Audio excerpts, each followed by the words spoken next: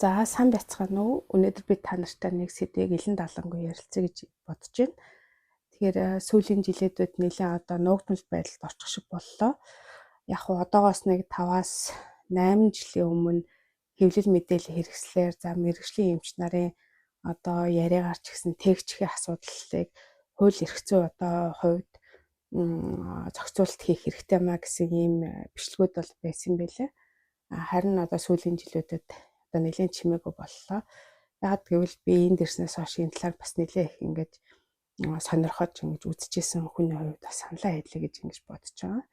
За энэ одоо ямар учиртай юм бэ гэхлээр би саяхан ингэ санаандгүй Facebook руу ингэж орсон. Би та нарт энд нь үзүүлье л та. Тэгэхээр ийм бүр тээгч хийх хайж байна. Тээгч их болно.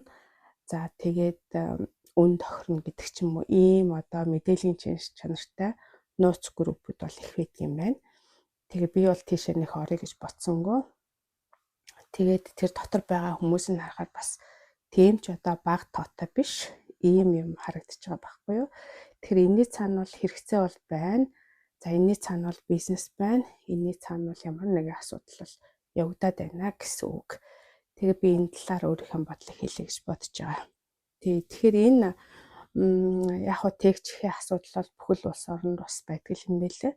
Би Норвегийн одоо амьдраад бас 10 гаруй жил болсон хүний хувьд гэвэл энэ талаар бас баримжит кинонуудыг үзчихсэн. Тэгээд энд одоо хүмүүсийн санаа бодлыг сонссон тэр нэвтрүүлэг гэдэг бол үзчихсэн байхгүй юу. Тэгээд тэрэн дээр юу гэж гарч ирсэн бэ гэхлээр яг хөө энэ бол одоо гэр бүлийн одоо маш их чухал асуудал, нандин одоо ийм асуудал байгаа. Нэг талаас үр хүүхдтэй болох гэсэн хүмүүсийн хэрэгцээ байгаа. За нөгөө талаас гэвэл тэрийг яаж гүйцэлдүүлэх үү, яаж гүйцээх үү, яаж гэртээ аз жаргалтай болох уу гэдэг тэрийг хайж байгаа хүмүүсийн одоо ийм одоо эрэлхийлэл ийм одоо боломж энэ талаарх ийм зүйл байгаа. Гэхдээ энүүн дээр нь бас одоо тоглолт хийдэг нэг хэсэг бүлгийн бас цаана яваад ах шиг байгаад байгаа. Тэгээд энд болохоор албан ёсоор тэгж их болох одоо энэ юм бол хуулиар бол огт зохицуулагдаагүй. Энэ бол хууль зүйн хувьд бол зөвшөөрөгддөггүй ийм юм байгаа. За тийм учраас зарим хүмүүс яг энийг одоо албан ёсоор болох ёстой гэдэг ч гэсэн энэ бол зөвхөн санал авч чадахгүй ингэж ер нь бол хуулийн хувьд бол зөвшөөрөхгүй. Харин одоо яг тэр хүмүүс яа гэхэлэр хаана энэ боломж өгнө гэдээ хайхаар одоо хөгжлийн дорой ийм одоо орнуудад энэ одоо боломж нь бас байдаг юм байна. За тэгээд бүхэл бүтэнс зуушлах товчоо байгаад тах шиг. Тэгээд тэд нартай ингээ холбогдож байгаа асар өндөр мөнгө төлж байгаад тэгээд тэр одоо ихийн сонгон шалгаруулт юм яа. Иймэрхүү байдлаар ингээд үр хүүхдтэй болоод ингээд ингэдэг хүмүүс байна. Гэхдээ тэр хүүхдийг бол одоо өөр хүнээс гарсан л бол тэр хүний хүүхд гэж үзээд тэгээд нориогт бол яадгүй гэхээр тэрийг өргөж авах. Одоо хичнээн өөрийнх нь эрэм үндгээсийг eerүүгээр одоо ийм үндгээсийг нийлүүлээд үр тогтоож ингэж өөр эмэгтэй одоо савнд суулгасан ч гэсэн сав буюу мод суулгасан ч гэсэн тэр эмэгтэйгээс төрсөн л бол тэр хүний хүүхд гэж үзээд тэгээд хэрвээ нориог хүн авах гэж байгаа бол тэрийг албан ёсоор яах нь өргөж авдаг ийм одоо хууль эрх зүйн зохицуулт хүүхд өргөх гэдэг тийм зарчмаар явагддаг байгаад байгаа. Тэгэхээр энэ дээр одоо манай Монголд ямар байдгийг би сайн хэлж мэдэхгүй л байна. Тэгэхээр энэ одоо хөгжилтэй орнууд яаж ийнэ гэхэлэр тэрийг одоо цаана асар том юм хүний эрх одоо гэр бүлийн асуудал одоо юу гэдгийг маш олон юмнууд явагдаж байгаа байхгүй. Энд чинь тийм учраас ерөөсө зохицуулахад маш хэцүү учраас ерөнхийдөө ийм замаар ингээд хуулиар зөвшөөрөхгүй гэдэг ийм юмар бол явж байгаа. Харин одоо энэ асуудал манай Монголд яаж явж байгаа гэхдээ үнэхээр сайн хэлж бол мэдэхгүй байна.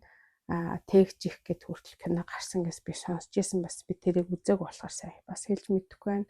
Гэтэ ямар ч байсан Facebook дээр ийм явагдаад тэгээд ингэж байгаа учраас ямар нэгэн байдлаар энэ одоо үйл ажиллагаа явуулж байгаа юм болов уу гэж ингэж бас жоохон санаа зовж байна. Тэг би санаангүй зүгээр одоо тэгчих асуудал гэдэг ингээд эрүүл мэндийн яамны ямар нэгэн тушаал заавар гарсан болов гэсэн чинь нэг иймэрхүү юм гарсан байна. Би та нарт зүгээр харуулъя. Энэ одоо хүчинтэй байгаа мó хүчингүй байгаа мó гэдэг би сайн хэлж мэдэхгүй байна. Гэхдээ энд бол ямар нэгэн байдлаар маш одоо чухал зохицуулт явуулах хэрэгтэй. Яагаад тэгэхээр энд хүний эрхийн асуудал явагдана. За тэгээд эмэгтэй хүний одоо эрүүл мэндийн тухай асуудал явагдана. За тэгээд Хэрвээ энэ одоо сүлжээ 8 шиг иймэрхүү юмнууд их болох юм бол биеэр хүчээр үнэлүүлэхтэй охидын эрүүл мэндийн асуудал, нөхөн өрчхүй эрүүл мэндийн эрхийн зөрчлийн асуудал, за тэгээд дээрэс нь тээсэн хүүхэд маань ямар нэгэн одоо гач хөвгчлөлтэй ч юм уу ямар нэгэн байдлаар амьдрах чадвар султай ч гэдэг юм ямар нэгэн байдлаар сууд битах юм бол тэр хүүхдийг авахгүй байвал яах юм, аввал яах юм гэдэг хүний эрхийн асар том юм явагдах учраас энэ дээр бол ерөөсөө нэгэн яралтай зохицуулт тэгээд манай Монголд бол одоо хуулийн хүрээнд хүлээн зөвшөөрөхгүй байх хэрэгтэй гэдэг би ийм одоо саналтай байгаа.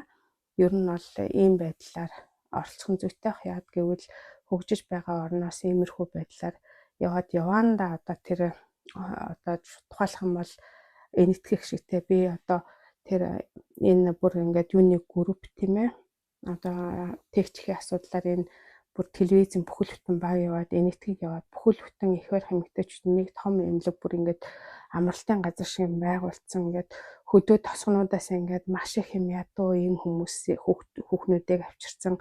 Тэгээ 10 сар ингээд хооллоод тэгээ тэр зардлын тэр одоо тэр баян орны хүмүүс ингээд төлөөд ингэж байгаа тийм баримт кино утсан байхгүй. Тэгээ төрөнгөт нь очиод ингээд хамт ингэж байж ингэж 2-3 сар болж байгаад өргөж авч байгаа ийм юмнууд бол харсан байхгүй. Тэгээд тэр дандаа ядуу эмэгтэйчүүд байгаад байгаа. Тэгээд гэр бүлийн тэжээхэнд бол нөхөр нь бас бүр ингээд юу яачихсан. Ингээд дэмжээд ингэсэн. Тэг яагаад гэвэл энэ одоо гэр бүлээ тэжээхийн тулд энэ асуудал одоо биднэрт мөнгөний хувьд хэрэгтэй байна гэсэн бүр ингээ хүлээн зөвшөөрсөн байж байгаа байхгүй юу. Тэгээ тэр байтугай одоо тээгч ихээр ирээдүйд ингэж бэлдэж бүр өсвөр наснаас нь охтуудыг эрүүл байлгах гэж ингэж бизнесээ хөгжүүлж байгаа байхгүй. Тэгэхээр ийм асуудал бол цаана бол явд юм байлээ. Тэгэхээр манай Монголын хувьд гэвэл энэ асуудлыг ерөөсөө хуулийн хувьд хүлээн зөвшөөрөхгүй байх нь зүйтэй байх гэж бодож байна. Мэдээж энд бол мэдээж олон одоо гэр бүлийн асуудлууд мэдээж яригдтал байх л та. Гэхдээ бол цаана гарах үр дагавар нь маш их хэцүү учраас энийг их сайн бодож шийдвэр гаргах хэрэгтэй юм шиг санагддаг юм аа. Тэгээд энэ эрүүл мэндийн яамны энэ одоо дүрм журм хэр одоо хүчинтэй би сайн хэлж мэдэхгүй. Тэгээд та нар бас санаа оноо бас дорн бичээрэй гэж ингэж хэлмээр байна. За түр баяртай.